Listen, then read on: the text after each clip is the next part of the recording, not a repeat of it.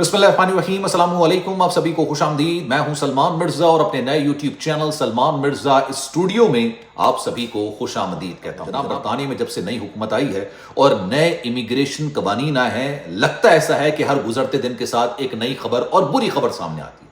एक ऐसी बुरी खबर सामने आती है कि अंदाजा लगाना मुश्किल हो जाता है कि आज की खबर ज्यादा बुरी है कि कल जो खबर हमने दी थी या उससे एक रोज पहले जो खबर दी थी वो ज्यादा बुरी थी। अब खबर यह आई है कि 3 ममालिक जिसमें पाकिस्तान शामिल है, और ना सिर्फ शामिल है, पाकिस्तान सरे फहरिस्त है। इनके लोग, इन 3 ममालिक के लोग अपने मुल्क में बैठ के अगर बरतानिया का वीजा अप्लाई करते हैं, and no matter by what, आप कोई सी भी कैटेगरी का वीजा अप्लाई करें, विजिट वीजा हो गया, स्टूडेंट वीजा हो गया, स्पॉन्सर जो वर्क वीजा होता है वो अप्लाई कर दिया, स्पाउस वीजा अप्लाई कर दिया, फैमिली वीजा अप्लाई, कोई भी वीजा अप्लाई करेंगे, it is equal to next to impossible.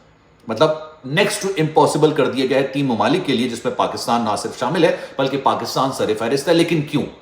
इस खबर की पूरी एक बैकग्राउंड है और मैं चाहूंगा कि इस बैकग्राउंड को आपने समझना है। कुछ आदाद शुमार आपके सामने रखूंगा जिससे आपको यह अंदाजा होगा कि बरतानिया में जो पाकिस्तानी रहते हैं, I have a deepest respect for them. Allah ने उनको बहुत इज्जत से नवाजा है, अपने शोबे में उन्होंने बड़ी कामयाबी हासिल की है। लेकिन कुछ पाकिस्तानी जो पिछले कुछ अरसे में वहां पर गए हैं ना, आप यकीन जानिए उन्होंने उन सब की मट्टी पलीत करके रख दी है, और इस वजह से आज पाकिस्तान का नाम इन ममालिक की फहरिस्त में शामिल हुआ है जिनके हवाले से कहा जा रहा है कि इनको वीजे प्रोवाइड नहीं किए जाएंगे। पहले मैं आपको आदाद शुमार बता देता हूं, इस खबर को समझने में आपको ज्यादा बेहतर तरीके से अंदाजा होगा। पिछले साल 2024 में बरतानिया के अंदर सियासी पनाह की दरख्वास्त कितनी दायर की गई? तकरीबन 80 से 84 हजार के करीब, बल्कि इससे भी ज्यादा। मैं एक मोहतात अंदाजे के मुताबिक बता रहा हूं आपको, 84 हजार सियासी पनाह की दरख्वास्त दाखिल की गई और उसमें पहले नंबर पर पाकिस्तानी। और ये साल 2024 में जो सियासी पनाह की दरख्वास्त है, जिसको आप असाइलम कहते हैं, वो अप्लाई की गई है 1979 के बाद। 1979 के बाद आप समझ लीजिए कितना एक अरसा गुजर गया। 25 साल आप ये लगा लें और 21 साल आप ये लगा लें, तकरीबन 46 ईयर्स, 46 साल के बाद बरतानिया की तारीख के अंदर यह सुनने को मिला कि जनाब इस मुल्क में बरतानिया के अंदर सियासी पनाह की दरख्वास्त सबसे ज्यादा दाखिल की गई है 1979 के बाद।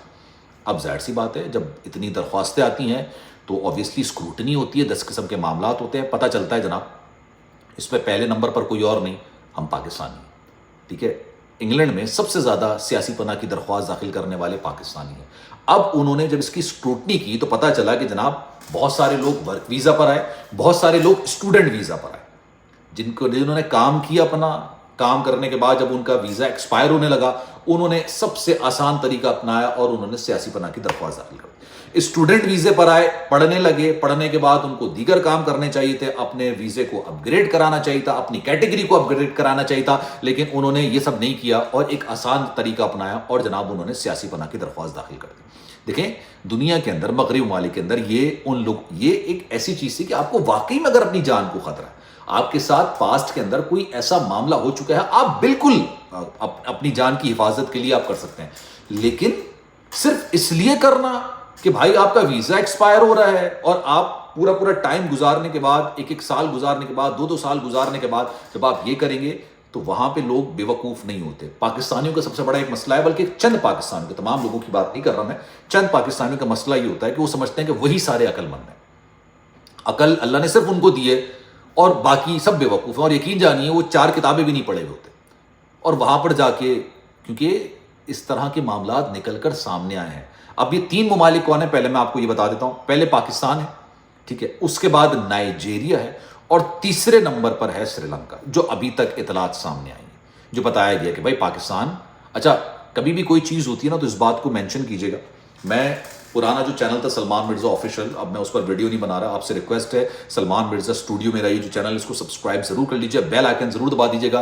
आपके उसी प्यार, मोहब्बत, हौसले की जरूरत है जो कि आपने सलमान मिर्जा ऑफिशियल को दिखाया था, लेकिन वहां पर मुश्किलात है, इस वजह से मैं वीडियोज अब वहां पर अपलोड नहीं करता।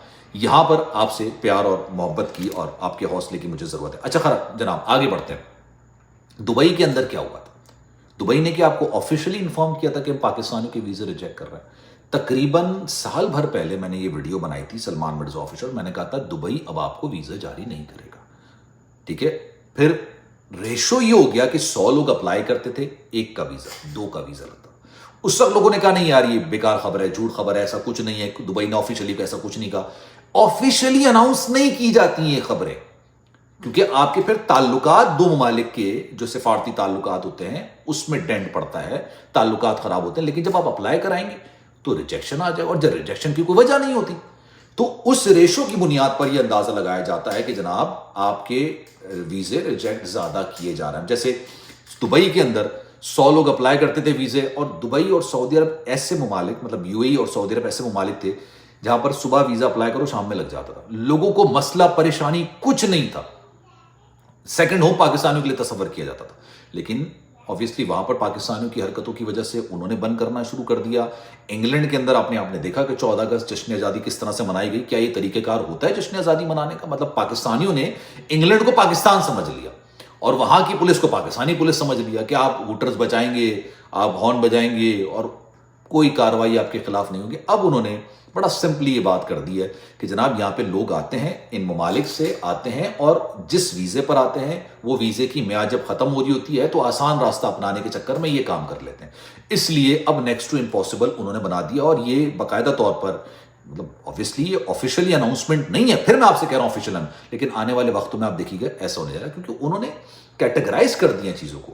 ان کی سب سے پہلے ترجیحات یہ ہیں کہ بھائی ہم الیگل امیگریشن بند کریں، جو یہ پانی کے راستے آ رہے ہوتے ہیں، کشتیوں کے ذریعے آ رہے ہوتے ہیں، ان کو بند کر. ان کا فرانس کے ساتھ ایک معاہدہ ہوا کہ بھائی آپ لوگ ان کو اپنے پاس رکھیں گے جب تک ان کا اکوموڈیشن نہیں ہو جاتی. یعنی اب تو ان کی سیاسی پناہ کی درخواست بھی داخل نہیں تھی. ہاں جو ویزا لے کر آئے اسکپ نہیں کرے گا امیگریشن کو، چیک اینڈ بیلنس کو اسکپ نہیں کرے گا، اس سے تھرو ہو کر آئے گا، وہ اپلائی کر سکتے ہیں. اور اگر اس کا جینون کیس ہوگا، اس کے ساتھ پاس میں ایک کوئی معاملہ ہوا ہوگا، وہ ایشو ہوگا، وہ بالکل اس طرف حق بجانب ہے کہ وہ سیاسی پناہ کی درخواست داخل کر لے. لیکن میں پھر آپ سے کہتا ہوں when you are living in abroad، آپ اگر کہیں باہر رہ رہے ہیں، you are not just representing your family، آپ اپنے ملک کو ریپرزینٹ کرتے ہیں. کیوں ان لوگوں کے لیے پریشانی کا باعث بنتے ہیں جو اب پچھلے اتوار کو کیا ہوا تھا، اتوار یا ویکینڈ کو شہباز شریف صاحب وہاں پہ گئے تھے، ایک ہلڑ بازی تماشا ہوا، دو طرف سے ایک سیاسی جماعت کی، دوسری سیاسی جماعت کے بیچ میں پولیس آ گئی. جب پولیس آ گئی،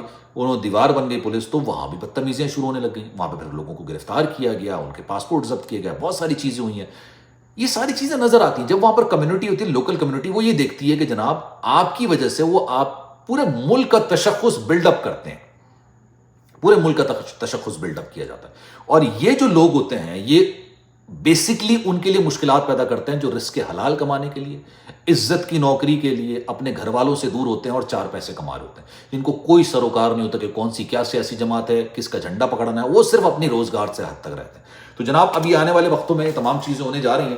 ابھی تو ILL کے بارے میں بھی کہا جا رہا ہے کہ وہ بھی شاید میں اس پہ انشاءاللہ اگلی ویڈیو بناؤں گا، آپ کو پوری ڈیٹیل بتاؤں گا کہ اب ان کے لیے کیا مشکلات ہوں گی. اس کے بارے میں آپ کی کیا رائے ہے؟ ویڈیو کے کامنٹ سیکشن میں بھی رائے کا اظہار ضرور کیجیے گا. خیال رکھیے گا اپنا. اللہ حافظ.